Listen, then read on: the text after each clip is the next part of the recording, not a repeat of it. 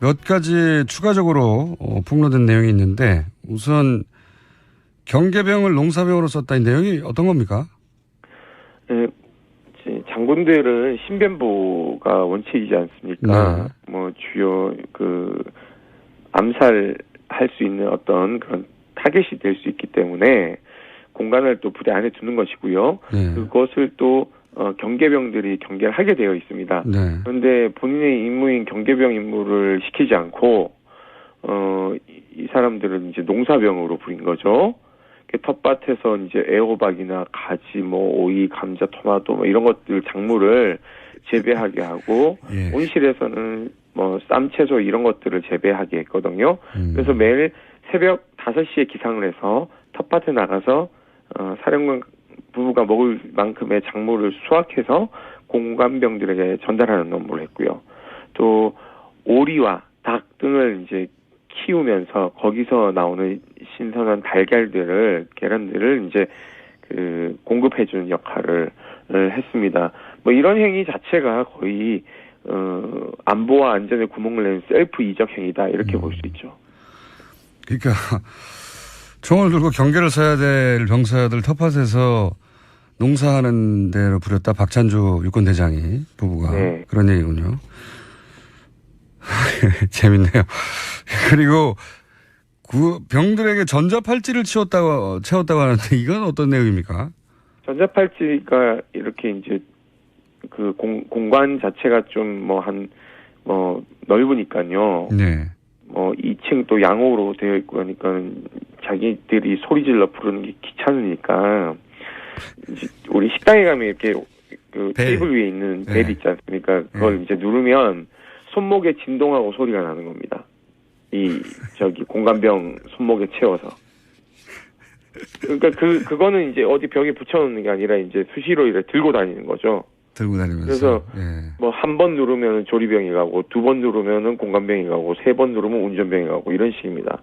가면은 이제 물 떠와라. 가면은 뭐 가져와라. 뭐 이런 식이죠. 거의 하인 취급한 거죠. 무슨 긴급한 상황이 아니라 뭐 물 떠와라 이런 잔심부름을 시키려고 모든 병들에게 팔찌를 채웠다고요? 예, 뭐 그 중에서 이제 막내한테 채우기도 하고 뭐 이랬는데요. 예. 이 문제는 이 전자팔찌에 대해서 본인들이 감사받을 때 정훈공보참모를 통해서 부인을 하는 입장을 기자들에게 배포했습니다. 그런 적이 없다. 본인들은 손님들 세 번 왔을 때 3번 착용하게 했고 손님들 있는 데서 이렇게 부르기가 좀 예의에 어긋나는 것 같아서 뭐 그렇게 이제 했다라고 이렇게 거짓 주장을 하고 있는데요. 그 거짓 주장을 본 7군단 시절 공관병이 이제 너무 화가 나서 저희들한테 그 다음날 제보를 한 것입니다. 이 전자팔찌는 7군단 시절부터 처음 본인이 착용했다라는 이렇게 증언이 있었고요. 그래서 뭐 이런 증거인멸 우려 시도에도 불구하고 뭐 이렇게 강제 수사가 이루어지지 않고 있습니다. 그렇군요. 사병들은 뭐 공적인 병사가 아니라 이제 사적인 노예처럼 부린 건데 그런데 이제 이런 폭로에도 불구하고 오늘 사실 인터뷰의 핵심 내용은 이건데요. 군 검찰은 사실상 수사를 포기한 것과 마찬가지라고 처음으로 폭로한 군 인권센터에서 다시 한번 주장했거든요. 이런 식으로 하면 제대로 수사가 안 된다고. 네네. 그런 말씀을 하신 이유가 뭔가요? 첫째, 이 사건이 발생했을 때 많은 국민들은 범죄인 것 같은데 왜 감사를 하지라는 의문이 들었을 겁니다. 그 감사라는 것은요, 징계를 하기 위한 전제 조건입니다. 네. 그런데 징계를 할 수가 없다는 것이 밝혀졌죠. 군인사법에 보면 징계위원회 개최 요건이 선임장교 3명으로 구성된 징계위원회를 열어야 되는데 이분이 넘버 3세요. 대장이니까요. 예, 그러니까 대장 중에서도 서열이 또 정해져 있습니다. 이분을 징계할 수 있는 징계권자는 합참의장과 육군참모총장밖에 없는 것이죠. 그러니까 한 명이 모자라는 겁니다. 이분보다 대장을 먼저 다신 분이 없는 거예요. 그러다 보니까 징계위원회 자체를 열 수가 없으니 이분은 내일 저녁 하시면 연금을 모두 다 가져가십니다. 그러니까 연금이란 건 본인이 내는 게 있고요. 절반이 있고 국가 세금으로 국민이 내는 세금으로 또 구성된 연금이 있어요. 그 절반을 모두 다 가져가시는 거죠. 통상적으로 징계에서 중징계, 예를 들면 파면이 되면 본인이 낸 비용만 가져가게 되어 있습니다. 국민 세금으로 이렇게 보조해준 연금은 박탈당하는 것이죠. 그렇기 때문에 사실상 이제 이 범죄자를 그냥 놔주는 형태가 되는 것이고요. 그러면은 이걸 뻔히 알면서도 왜 도대체 그럼 수사를 진행하지 않았는가라는 의혹이 있는데요. 결국 이런 거 아니겠습니까?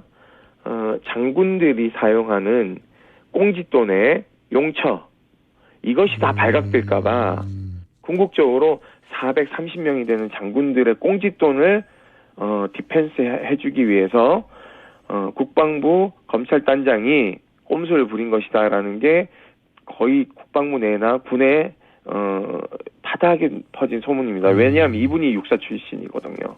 육사 50기입니다.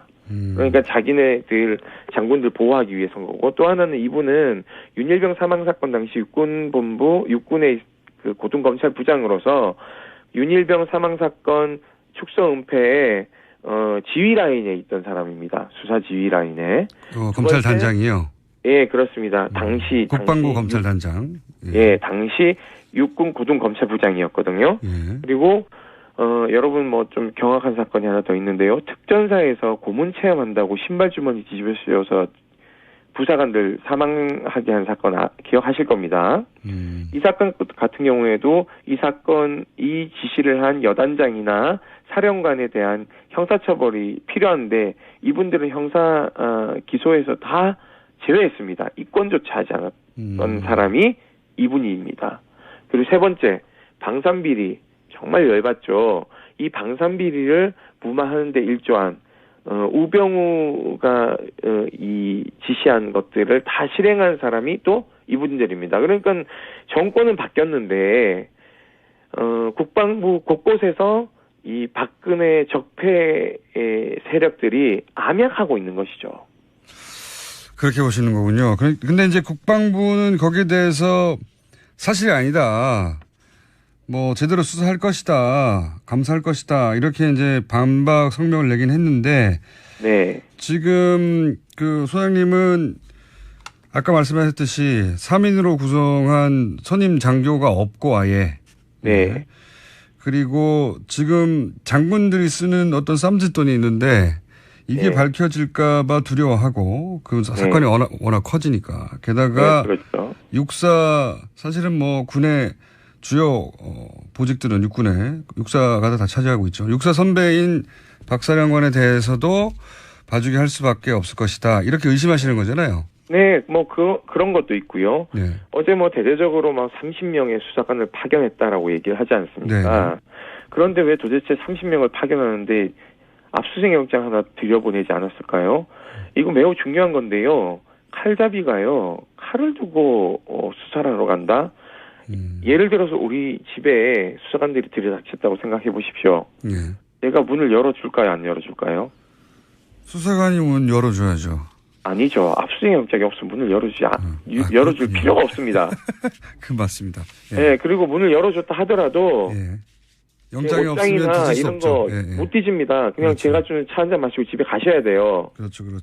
자, 그러면 사성장군 앞에 가서 압수수색 영장 하나 없이 별 4개짜리 앞에 수사관들이 전부 계급이 있습니다. 그렇죠. 뭐 상사이거나 뭐 준이거나 이래요. 네.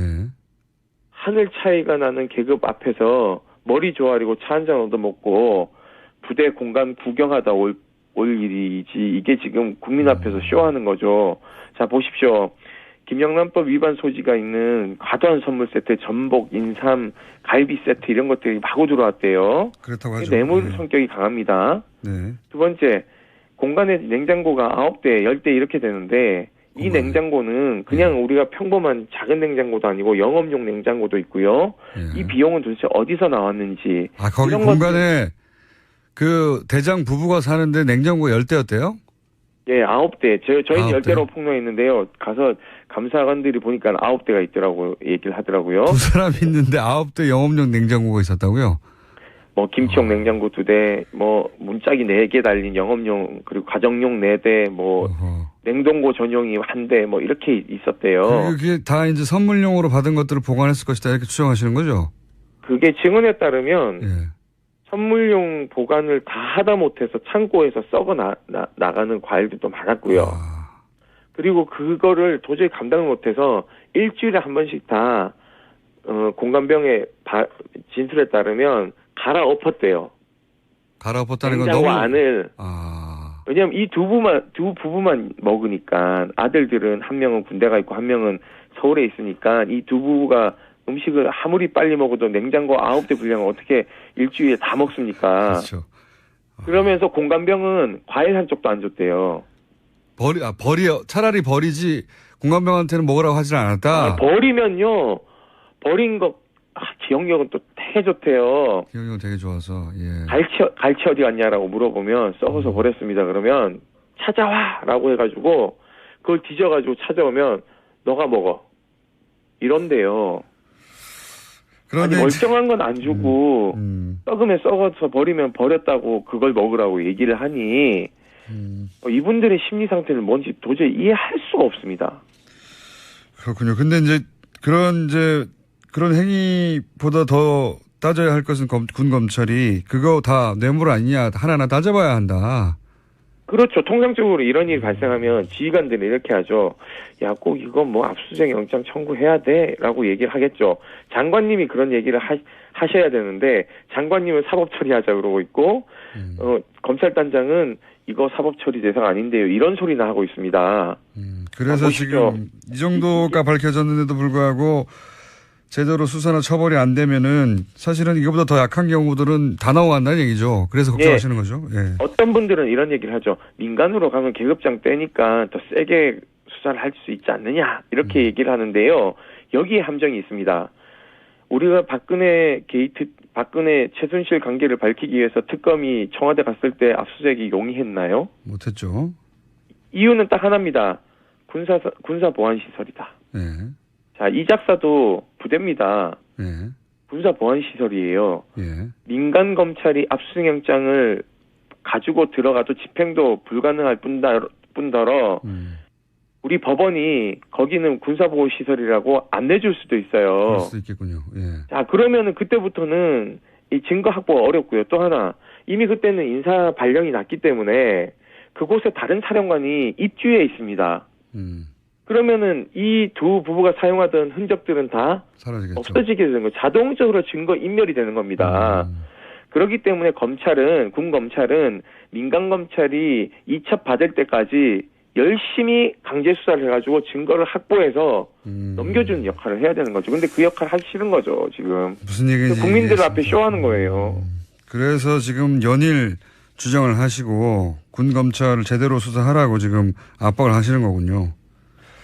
기억하셔야 됩니다. 구테타를 2번 일으켰고 정권을 여러 번 잡아서 국민들을 도탄에 빠뜨린 사람들의 후예입니다. 여전히 전두환 같은 사람들은 육사 행사 가가지고 사열도 하고 이래요. 세상이 바뀐 게 아닙니다. 알겠습니다. 군이 다 그런 건 아니겠지만 지금 이 사건에 관해서는 지금 말씀하신 정도로 처벌하지 않으면 군의 사실은 이건 대표 케이스일 뿐이겠죠. 군의 만연해 있겠죠. 이런 일들이. 그걸 이렇게까지 밝혀졌는데 처벌하지 못하면 안 된다. 이번 기회에 제대로 처벌을 해야 된다. 이런 말씀이신 거죠. 국방개혁의 한 축인 그 군사 분야도 있겠지만요. 더 하나의 축은 군 인권입니다. 이 두 축은 불가분의 관계로 엮여 있거든요. 한쪽이 무너져 내리면 한쪽도 당연히 무너져 내린다는 인식을 가져야 됩니다.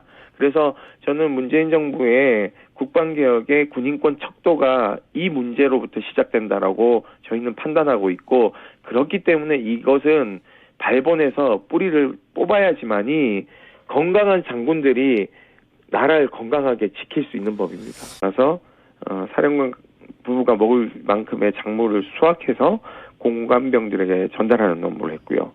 또 오리와 닭 등을 이제 키우면서 거기서 나오는 신선한 계란들을 이제 공급해주는 역할을 했습니다. 뭐 이런 행위 자체가 거의 안보와 안전에 구멍을 내는 셀프 이적 행위다 이렇게 볼 수 있죠. 그러니까 총을 들고 경계를 서야 될 병사들 텃밭에서 농사하는 데로 부렸다. 박찬주 육군대장이 부부가 네. 그런 얘기군요. 재밌네요. 그리고 병들에게 전자팔찌를 채웠다고 하는데 이건 어떤 내용입니까? 전자팔찌가 이렇게 이제 그 공간 자체가 좀 공적인 병사가 아니라 이제 사적인 노예처럼 부린 건데 그런데 이제 이런 폭로에도 불구하고 오늘 사실 인터뷰 핵심 내용은 이건데요. 군 검찰은 사실상 수사를 포기한 것과 마찬가지라고 처음으로 폭로한 군 인권센터에서 다시 한번 주장했거든요. 이런 식으로 하면 제대로 수사가 안 된다고. 네네. 그런 말씀을 하신 이유가 뭔가요? 첫째, 이 사건이 발생했을 때, 많은 국민들은 범죄인 것 같은데 왜 감사를 하지라는 의문이 들었을 겁니다. 그 감사라는 것은요, 징계를 하기 위한 전제 조건입니다. 네. 그런데 징계를 할 수가 없다는 것이 밝혀졌죠. 군인사법에 보면 징계위원회 개최 요건이 선임장 넓으니까요. 네.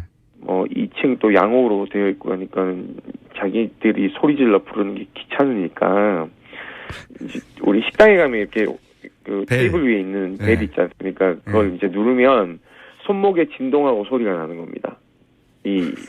공감병 손목에 채워서. 그러니까 그거는 이제 어디 벽에 붙여놓는 게 아니라 이제 수시로 이렇게 들고 다니는 거죠. 들고 다니면서. 그래서 한 번 누르면 조리병이 가고 2번 누르면은 공감병이 가고 3번 누르면 운전병이 가고 이런 식입니다.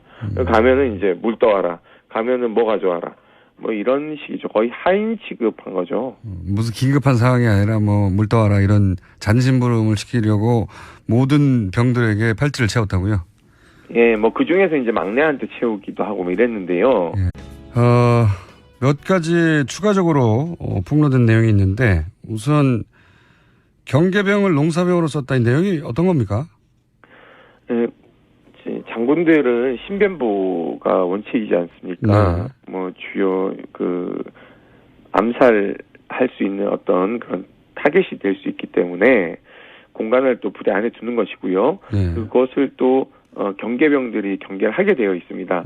그런데 본인의 임무인 경계병 임무를 시키지 않고 이 사람들은 이제 농사병으로 부린 거죠.